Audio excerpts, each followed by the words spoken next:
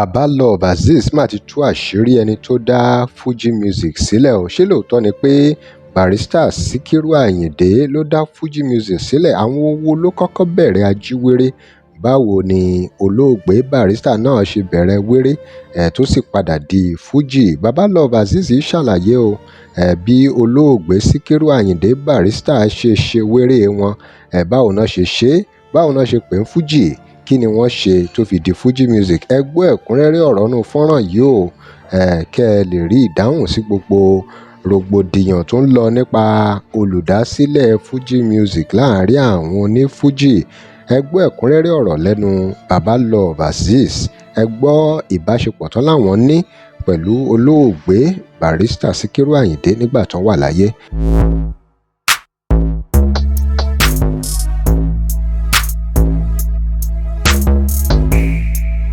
Welcome to CrossBlogX TV. Remember to like, share and follow us.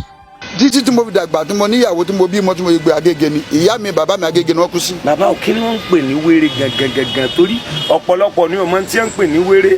Mo fẹ́ kẹ́ ẹ ṣàlàyé tí ń jẹ́ wéré fáwọn. Ẹ ṣeun ṣe tó bá di inú àwẹ̀ a máa ń jáde tó bá jáde àwọn èèyàn ń pè ní kájí ni wéré. Ká tètè jí ni ká lè tètè jí wéré wọ́n lè jẹ sàárì. Kájí ni wéré kò lè jẹ sàárì.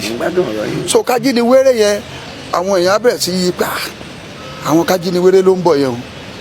Ẹ tètè máa dáná àwọn kájíniwéré ló ń bọ̀ yìí. Ọ̀yà káàkó ń bẹ wọ́n á pè ní àwọn ajíwéré. Àwọn ajíwéré àwọn tètè jí ní wéré pé káwọn lè já wa kán lè jí àwa náà ní wéré. Ká lè jẹ sàárì kí sàárì ọmọ bá jù. Bàbá tábà ní ká wò pé iye ọdún wo ni wéré ti bẹ̀rẹ̀ ọdún táwẹ̀ ti bẹ̀rẹ̀ náà ni njọ́ tá a ti ń gbààwẹ̀ nínú ẹ̀sìn Islam láfẹ̀ẹ́ pé. Bẹ́ẹ̀ni. Àbí pàápàá jùlọ ńgbà ẹ̀sìn ti dé ọ̀dọ̀ wa ṣùgbọ́n gbà wéré dàgbà tó dàgbà tó nípò ṣe mọ̀ pé bẹ́ẹ̀yàn bá ti wà níbi iṣẹ́ kan yóò máa gbapò bẹ́ẹ̀ni gba promotion dé bá wéré ó di Fuji. Àsìkò wo lẹ́yìn bẹ̀rẹ̀ orin Fuji bàbá lẹ sọ wéré di Fuji. Ṣẹ́rí gbàrà tẹ́mi dé torí bọ́dà mi gbé mi lọ sí Ghana nígbà tí mo ti ń di pé mò ń gbọ́njú a lọ ṣòwò lọ́hùn. Lọ́dún wo nìyẹn bàbá. Ká ní 1961. 1961. Bẹ́ẹ̀ni. Gbàrà torí agbòmìnira orílẹ̀-èdè ìbọn. Bẹ́ẹ̀ni mo bá àwọn gbòmìnira kí n tó họ. Ìgbà tẹ́ wá lọ Ghana tẹ́ darí dé ìgbà ẹlẹ́bẹ̀rẹ̀ orin. Ìgbà tí mo dé sẹ́mọ̀ gẹ́gẹ́ bíi pé gbogbo ohun tó bá ti wà lẹ́jẹ̀ ni kì í kúrò.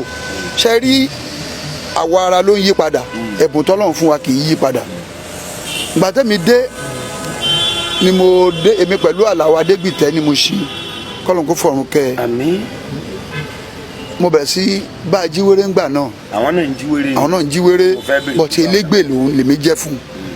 Àwọn ni wọ́n ń sáré. Nígbà tó wá yá mo á rí i pé àwọn orin tí Síkírù kọ yìí ó nìyẹn dàgbà pé tó ń yàtọ̀ sí àwọn ajíwéré tí. Ṣé Àlàó Adégbìtẹ́ wí ló ń jẹ́ Síkírù? Àwọn kan ló jẹ́ Síkírù òun wà lọ́tọ̀ tiẹ̀. Ṣùgbọ́n ẹ bẹ́ẹ̀ ṣe wà lọ́tọ̀ tẹ́mi wà lọ́tọ̀ báyìí òun wà lọ́tọ̀ tiẹ̀ tó ń ṣiṣẹ́ tiẹ̀ tó ń jíwéré tiẹ̀ Síkírù náà ń jíwéré tiẹ̀. Síkírù wo lẹ ń. Síkírù Àyìndé Barrister. Síkírù Àyìndé Barrister kọ́lọ́ bá fọ̀run kẹ́ ọmọ àgbájé lọ́la ọmọ àgbájé dẹ̀dẹ̀ gbò. Mo ń gbádùn ọ̀rọ̀ yín bàbá. So ìgbà tó wá yá mo wá padà sọ́dọ̀ ẹ̀. Ẹ padà sí ọ̀dọ̀. Mo bẹ̀rẹ̀ sí gbérin fún Síkírù Àyìndé Barrister. Ẹ gbérin lẹ́yìn Síkírù. Ọmọ lẹ́yìn ẹ̀ ni mo jẹ́ tẹ́ bá ń fi ọwọ́ sọ̀yà pé báyìí lèmi náà jẹ́ èèyàn okun ò gbọ́dọ̀ gùn kó má níbi tó ti wá tó ti ṣẹ̀ mo gbérin lẹ́yìn ẹ̀ ni. ọ̀rẹ́ o lágbára ẹ̀yin èèyàn. nígbà mo gbérin lẹ́yìn ẹ̀ kò fi ọjọ́ kan rí kó wojú mi pé báyìí ẹ̀gbọ́n ló ń pè mí nígbà tó wódé là ń pera lórúkọ. Ẹ lò tó ọdún mélòó lọ́dọ̀ Alhaji Síkírù Àyìndé Barrister. Mo jíwéré bí ọdún 5 lẹ́yìn ẹ̀. Lẹ́yìn kó tó di Fuji.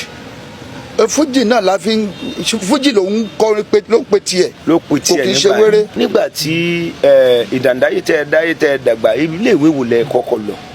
Àgbàrá tí mo kọ́ lọ iléèwé láyé mi Adó Àwáyé Baptist School ni mo lọ. Níbo la Adó Àwáyé yìí wà bàbá. Ọ̀yọ́ state ní ìlú Ọ̀yọ́ state ní. Ní ìjọba àbílẹ̀ wo. Ìjọba Ìsẹ́yìn local government. Ìsẹ́yìn local government. Ibẹ̀ lẹ ti bẹ̀rẹ̀ ìwé alákọ̀ọ́bẹ̀rẹ̀. Gbà tẹ́ parí ìwé alákọ̀ọ́bẹ̀rẹ̀ ìwé wo lẹ tún lọ. Ṣé tí ẹ rí ìwé alákọ̀ọ́bẹ̀rẹ̀ yẹn gan láyé ìgbà náà alias Odojuru ni wọ́n ń pè nítorí pé standard 4 ni mo ti kúrò ńbẹ̀. Standard 4 ni mo ti kúrò ní school tí mo ti bẹ̀rẹ̀ sí bákàdára mi lọ tí mo ti kúrò lábẹ́ ìyá àti bàbá.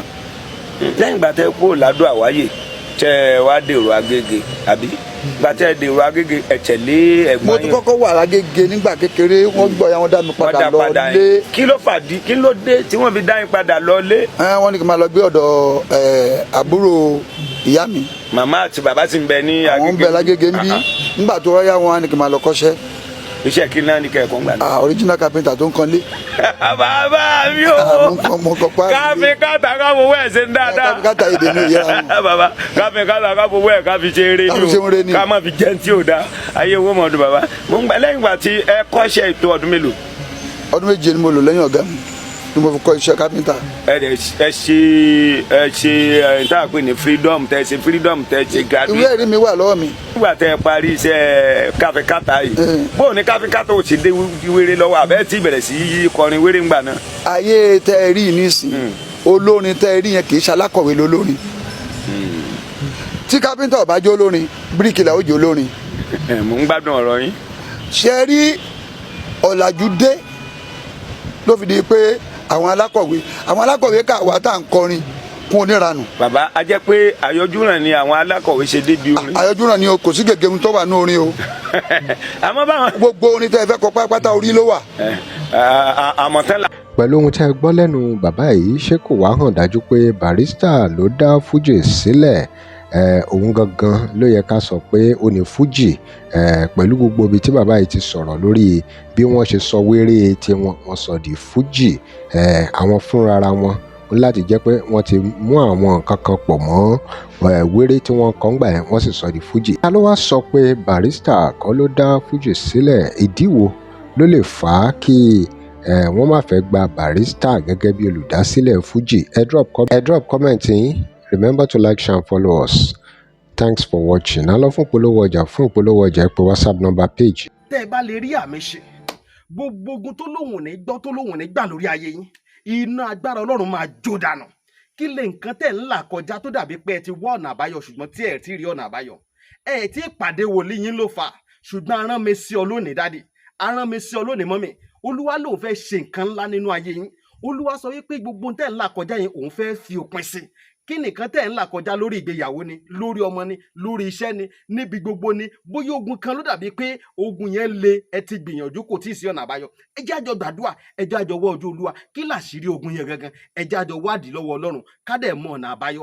Ẹ̀rọ ìbánisọ̀rọ̀ tẹ́ fi pè mí fún àdúrà àti ọ̀nà àbáyọ òun náà ni +234 70 25 47 5427 +234 70 25 47 5427. bẹ́ẹ̀ ṣe ń pè mí fún àdúrà lórúkọ Jésù ẹ máa rí ìyanu